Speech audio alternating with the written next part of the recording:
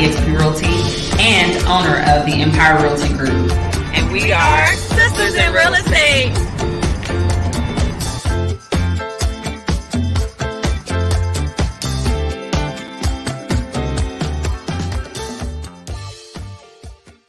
Hey, y'all. Hey. We're back. Okay. We're back and we're better. Episode 2, season 2. Right. We're just rocking and rolling. Excited you guys are here. I am LaShonda, the Realtor. And I am Nikita Jacobs, your home and loan girl. And together we are the Sisters in Real Estate. Okay? Don't y'all forget. Together. Oh man, we back. You ready? You ready for today? I am ready for today. Like it's real. Like it's spring break over here. Yes, true. So if y'all hear stuff, it's my 4-year-old living her best life on YouTube, watching stuff. Yeah, but we're gonna make it work. We're gonna make it work. Let's get started though, and so with some market stats. I'll talk about me as the realtor, what I'm seeing. Like this is March, so we're kind of getting started in that hot real estate season where people are buying and selling like crazy. Relocating, all that. Relocating, vacationing, getting taxes back, all that good stuff. The end of the first quarter type things. Goals. I know, right? But I mean, I'm seeing a lot of multiple offers, and it's like in pocketed areas. So it's not prominent everywhere, but I'm seeing a lot of multiple offer situations, especially in the price point of under $300,000. That's definitely a big one with the rates being where they are. A lot of people are kind of scared to go any higher than that. But it's definitely been situations where buyers are getting outbid again. People are putting in offers over asking. And it's a situation. It's a situation. What's the over asking amount though? Is it kind of like a 5,000, 10,000? Yeah, you're probably, I really can't say that I've seen anything over maybe like 10, 15, maybe 1,000. It's not crazy like it was during the pandemic where it was like 20, 30, 50, 100,000. Right. Like it was like a lot of that. I don't want to get back to that. No. I don't want to get back to that. And I really hope we don't, because that was stressful. It was. That was so stressful. It's like I'm pulling out all the buyer's agent. If you were more of a buyer's agent, you were hitting at least 30 houses trying to get just an offer accepted. We're giving up our firstborn, the born that we might have. We got them on. Got them on display. Like it was rough. It was so rough. But I mean, you got a lot of people that are out here doing their homework and making sure that they know what they're talking about, know how to best support their client as the buyer. That's me.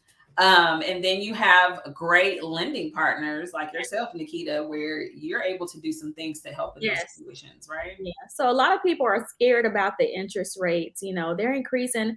I will say one of the conversations, everybody, where are the rates at right now? I really hate that question, but only because it differs, and it's just every day it changes, so it's like I just don't even want to talk about rates all the time.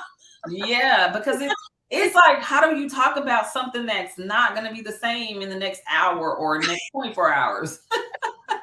But some of the things that people are doing they're doing a couple of things. They're buying the rates down, or they're doing a temporary rate buy down. So when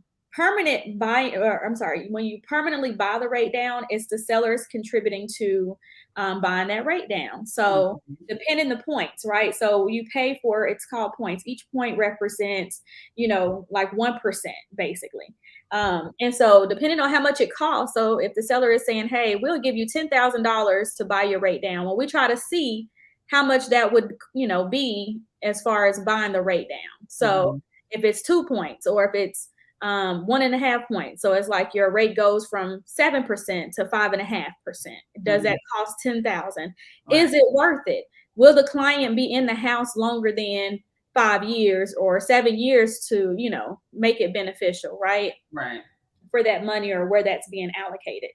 So I always say there are ways you can buy that rate down permanently. Some people like the permanent one because they're like, well, I don't want to chance it, and then it goes back up, and then Right. so the temporary rate buy down is like a 3-2-1 or a 2-1. So 3 years, buy it down 3% or 2%. In that first year, it's instead of being 7%, it's 4% that first year. That second year goes to 5. That third year goes back to its normal way that it's supposed to go. So a lot of people don't want that because they're like, okay, what if the rates never do return the same, and now I'm gonna be paying this higher rate. So it really depends on the client. I try to let them make that decision, but I try to educate them. With the temporary rate buy down, though, just to kind of make sure you understand, the payment is still going to be the same, but they're going to put that money that the sellers is contributing for the temporary rate buy down in an escrow. And so each month, as you pay your payment, they're going to put that amount towards your payment to make it a full payment until that's over. So just kind of know that's how that part works versus when you pay your when you go to close for the permanent buy down, is you don't do any of that because you're permanently buying it down at that moment in time. So it's like a fixed rate instead of being adjustable for 3 or 2 or yeah, 3 years. It's fixed. correct. And it's fixed no matter what, right? But yes, it can be considered as an adjustable because we are adjusting it year after year Yeah, for until 3 years. it Yeah. gets to that third year where you go and return back to the normal rate that it was. And then they can refinance, right? They can refinance if the rate drops, right? Even if you're in a 2-1 or 3-1, 3-2-1 buy Yeah, down. still refinance. That's right. You can still, and that's why they kind of started that because the whole reason behind it was because hey, the rates are projected to decrease in the next 2 years. So it's like, okay, well, let's go ahead and try to get this savings while you can, because you can save a lot during that time. People are saving lots of money monthly by doing a temporary rate buy down. You're saving $500, $300 on your payment, probably even more, because you're buying it 1% down. So if it was 6 or 7%, you're buying it to 4% on a temporary base. That's a big jump. You're going to save a lot of money in that year. Same thing with that second year. And then once it returns to its normal rate at that at that third year, then you will be able to see. But if you can get that savings now, and hopefully if the rates do decrease, you can try to refinance for that rate that you're probably at, hopefully. Right. So that's the reason for the reason lenders did start that initiative, is to kind of help home buyers in this current market. You Right. always think, the one thing I do love about the market is that they go back to the drawing board, like, okay, here we're at, y'all. This is where we're at. This is how we need to deal with these circumstances so we can still get people to want to buy homes. So don't get scared of the actual interest rates because there are ways to do that. Now, here's one thing you want to keep in mind. For those who want to go down payment assistance, you can't do it down payment assistance because they have their rate. Down payment assistance is depending on who you go through. Like if you go through T-Shack, to know what any of those places, they have their rate already set. So you can't buy that rate down. I always tell people, depending on where you're at, you might want to try to save as much money as you possibly can Right. and pay for your down payment because it's not that big. The down payment really isn't that big. It seems like it sometimes. But if you can save it, if you have tax returns coming up, any extra cash flow you might have that came through, put it to the side. It'll be more beneficial for you on your loan side long term. So Right. I definitely say that's been a huge help in this market, being able to negotiate your contract with your realtor, and them knowing when you have a good partner, you always let them know like, hey, they want a rate buy down. So they Right. don't need this amount of money. We already can see how much it's going to cost them. So we like, you're going to need to get this amount for them. Right. And with the sellers right now, they are negotiating that. They are willing to, because they want to sell as well. So keep Yeah. it in mind. Don't be afraid. Yeah, they're definitely negotiating. They're not, even in the multiple offer situation, they're still going back saying, okay, well, what about this? Instead of just saying no or just accepting the highest offer. I mean, everybody wants to get as much as they can out of whatever. So, it's not uncommon to that. It's just that, you gotta be able to be as creative as possible, Yeah, like you're saying, Nikita. making sure that you have the best team with you that can help you put together a great contract offer on that house, but also within reason of what you can afford. Now, all of this can be available, but you have to pick and decide what's best for you. So if you know you don't want to deplete all of your savings and you'd like to take advantage of down payment assistance, do that. Right. But just know that that interest rate is going to be your interest rate. And then whatever those terms are for that is the down payment assistance program. That's what it's going to be. Nothing can change about it until you refinance out of it, or, whatever the case is. But if you know that, long term, you need a payment that's more affordable to you and you have the money to pay your own down payment, do that. Where you can get the money, because right. Gift funds are available. If you have a retirement 401k, those are still ways that you can pull your money from. Don't be afraid to pull from that, because that's really what it's for too. Right. It's for retirement, but it's also to be able to use it for these purchases. You call your retirement, they'll tell you like what the steps are that you need to take to be able to, buy a home. But plenty of home buyers have either gift funds that they get from, family, close family, or from their retirement. You work hard for it. You deserve to get you a home that you love and that you can afford to pay, and hopefully get you in a pretty good place, a good space when it comes to your mortgage payment. So right. Yep. And then sometimes getting out in front of these homes and looking at these homes, excuse me, as quick or as often as you possibly can when it is a market where there's multiple offers, that also can be a key game changer for you.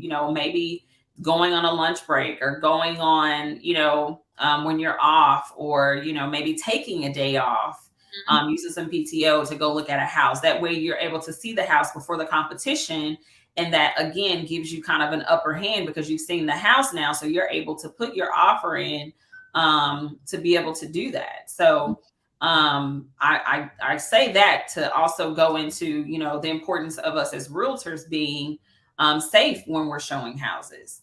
You want to make sure that you're doing everything you can to make yourself to cover yourself. Some of the things that I do to make sure that I'm protected over the years that I've been in real estate, whenever I'm showing a house, especially if I'm showing a house to a complete stranger. One, I'm having a consultation with you. I'm not going to show you a house and all we've done is text. If I haven't heard your voice and we haven't met in person, I'm not going to show you a house, because that I don't even know who you are. Like, I need to at least talk to you on the phone to get, an understanding not only of what you're looking for, but also I need to get an understanding of who you are. And us as realtors, I think we kind of get so caught up in, oh, I want to help this person. I want to make sure I'm available. I want to make sure that service is top notch, that we forget some of the most important things about being in real estate. You're meeting people that you have no idea who they are. So I'm talking to you on the phone, I'm meeting with you in person somewhere or something, or on video chat. And then I'm going to ask for an ID. Send me a copy of your ID. Because a lot of people, going into their house, they don't know who's coming to their house. So they're probably going to have a camera, but I want to know who I'm meeting. So if I'm meeting somebody for the first time, I don't know what they look like, unless they said, oh, I'm going to have this on, this on, this on. And a lot of people don't do that. So I want to know who it is I'm meeting. So when I see you, I can say, hey, here I am. And then another thing, when I pull up, I don't pull into the driveway because I don't want anybody to block me in or anything like that. I'm not blocking anybody's mailbox. So I'm trying to pull as close to the house as possible without, impeding any mailboxes or driveways or anything like that. When I get to the house, I'm ringing the doorbell. I'm looking around the neighborhood to see if anybody's following me or watching me. I don't necessarily have my back to, the front of the house. Like, I'm kind of sideways sometimes or whatever. It's kind of weird because some of them are combo boxes. Some of them are the Supras. And, but, I'm making sure that I'm keeping my peripherals on, a swivel, because you just never know. Somebody can come up behind you and just knock you out. So I'm making sure that I'm keeping aware of, in my listening senses are heightened. When I'm unlocking, I'm ringing the doorbell. And then when I unlock the door, I am announcing myself before I even fully open the door. Um, I had a situation where I did an open house for someone, and I get in there, I do all of this, and we're in there, and it just so happened the back window was up, and we didn't know. Well, I'm walking the house, and there's like a blanket and a pillow on the floor. It's a vacant house, and I'm like, what in the world is going on? Well, come to find out, the parents had moved out, but the kids had been coming back into the house and I guess sleeping there, and the parents didn't know. So, but we ended up locking up and everything. But that just just that alone, you just never know what's going on. You know, people squat in houses. They do. They live in them, and without permission, somehow they get keys. I don't know how they do that, but I mean, you can get locksmith to come in and just do the right, and that's crazy to me. But those are some of the things that I do to make sure that I'm being safe. I'm licensed to carry, so I do carry. Um, and I just make sure that I just, I check my surroundings, and I don't follow people in through the houses. When my client gets there, I kind of, introduce myself, let them know, hey, I'm just going to let you walk around. Let me know if you have any questions. I'll be right here. And I'm always making sure if at every time possible that I have my back toward a wall, not like a window, not a door. My back is toward a wall. So if there's a kitchen and a dining room and there's an island, and it's open concept, my back is against the furthest wall away from them moving throughout the house. That way I can see them all around the house. I'm not following them into rooms or anything like that. I hardly ever go up the steps because I kind of do my tour before they get there, just to kind of, make sure that I know what's going on in the house. Again, make sure nobody's in there.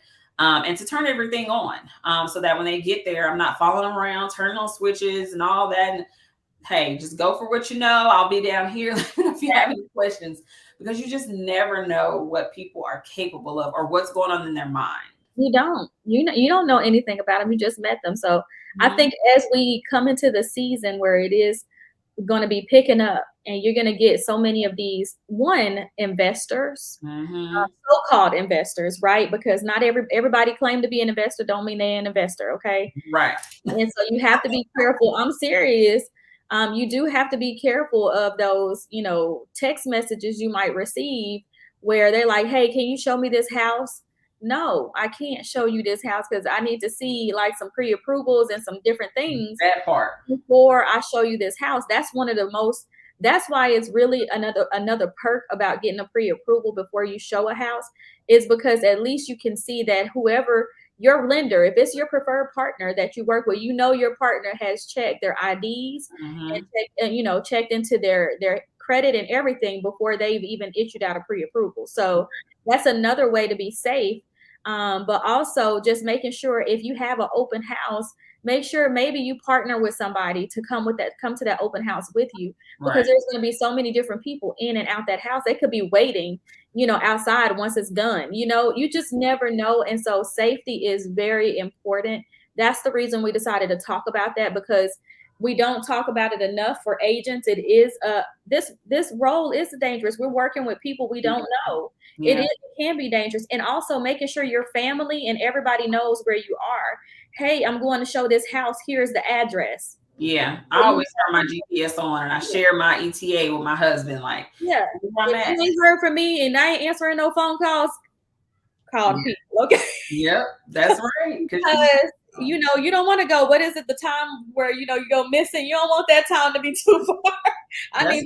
I'm not doing what I normally do. Yep. Yeah. But for sure, you have to be able to be aware of your surroundings. If it's looking sketchy or if it's looking weird or that you're not picking up good vibes, like try your best to get out of that situation. Just say, you know what? How about we reschedule this for another time? And then just completely do away with the whole situation. Because if it's something where you're feeling your gut is telling you something ain't right, it probably isn't right, and you need to know you need to go with that. All money ain't good money. Stop chasing the money, because the money could get you in some trouble. Okay, so come on, somebody. I mean, that's just what it is. I know that sometimes they be like, yeah, we got $1 million. No, yep, that's fine and dandy, but that you don't know what them people gonna be doing, and it's a setup. If it's too good to be true, pay attention to that. Okay. It's probably a setup. I even go as far as, once we finish looking at the house as a realtor, I let them leave the house first. I lock it back up, and then I go back around the house and turn everything off. I don't turn it off unless they were courteous enough. I mean, and if they don't, that's fine. It's not a bad thing. But unless they were, mindful enough to turn things off as they left each room, then I go back in, lock the door, go back in and turn everything off, and then meet them, at the next spot, or they follow me to the next spot. But it's definitely important to be mindful. It's definitely important to keep some safety things in place. Like Nikita said, like letting a family member know, hey, this is where I'm going to be. Sitting in your ETA. Like we use family Life 360. We use Life 360, so it tells us, if we have a certain like home work, like we have certain circles, it'll tell us, okay, such and such arrived at home, or such and such just stopped after a 10-mile drive at this speed. Or we have even like crash detection. If they end up getting into an accident, it'll alert us. If their phone's going dead, it'll alert us, hey, their phone's at 10%. Let them know they need to go ahead and charge it. Like important things like that you don't think about. This app does it and it captures it. And then like I said, when I share with my husband, hey, here's like I use the Google Maps, I think, and I put in every single stop I'm going to. And then if I stop somewhere different, it'll send him a text and say, hey, I'm making a stop at such and such. I'll let you know, or I'll let you know if something changes or something. And then it'll tell him when I've arrived or where I'm at. So it's really, really important. And I can't stress it enough, because it's that one person you just never know what people are thinking. You never know. And honestly, another thing is to have a keyword, try to dial a number real quick, and you have a safety word. Like if you're in danger, say something like house or something. Oh, the house, or so that way when that person get that call, they know, okay, something's going on. Yep. That's what we got a safe word. Yep. Yep. You got to have that safe word. You have to just be diligent, protect yourself, especially, don't get me wrong, male realtors as well, but for sure, female realtors, like pay attention to those things, Yeah. Especially if you're doing it, you're showing a man a property by himself. Like that's important, like make sure you're paying attention to those things. Yeah, everybody can get knocked upside the head. I remember a couple of years ago they had something talking about a male realtor was showing a house to a guy, and the guy, for whatever reason, beat him up or something like that. Like, why? Why would you? I mean, I don't know the whole story, but what goes through somebody's mind that makes you want to just hurt a random person? They could have had a bad experience. People crazy. No, literally, people are crazy.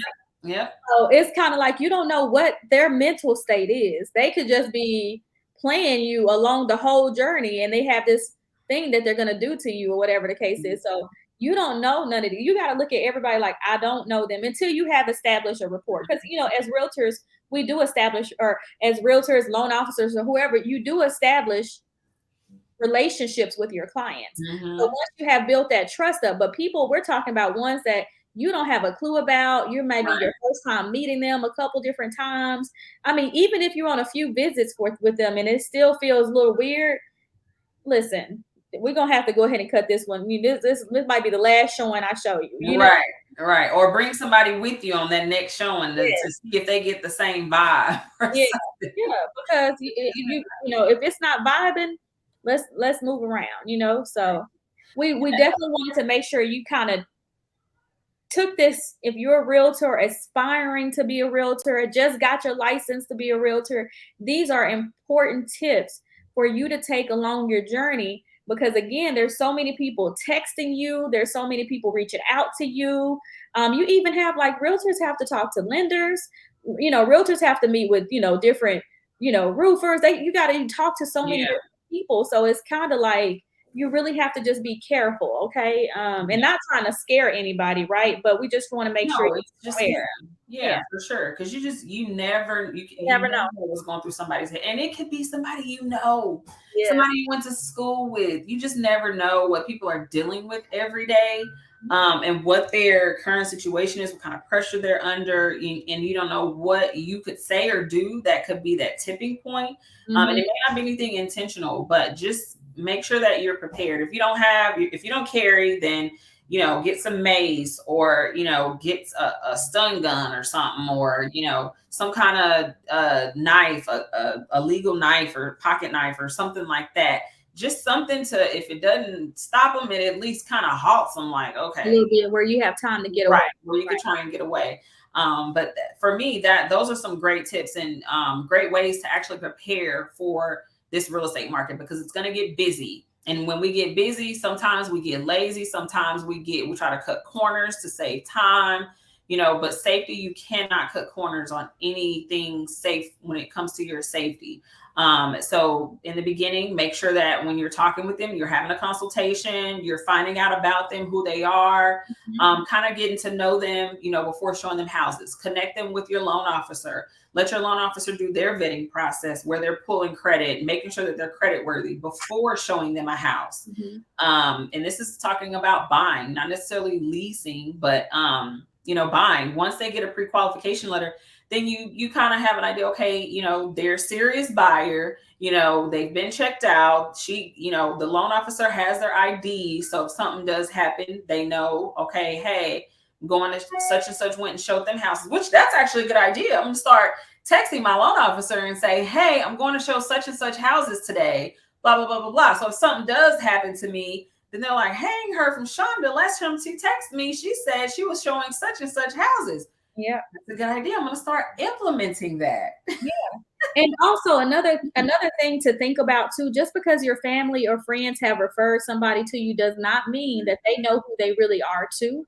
So don't let your guard down just because you like, oh, such and such know them, or because they could have been childhood, associates from somewhere or anything. That don't mean they know who they are in these last 10 years, So just make sure that you are still, taking the necessary precautions, even if it's somebody that's referred to you, because they just probably could have saw somebody, overheard somebody saying they wanted to buy a house. I'm like, oh, I know somebody, here you go, and so you still take those precautions. They'd be like, oh yeah, such and such referred me. Oh, okay, they good people, like, no, they are good people. But at the end of the day, still take precaution, no matter what. People don't know people, and who they truly are sometimes. So it's important to take that. But that is good. Yeah. I agree. That's really, really good. So hopefully this stuff was helpful. I know it wasn't a lot of buyer, seller tips or anything like that, but it's still real estate focused. But it's real life, real estate focused. Hopefully you can utilize or add some of the stuff we gave you.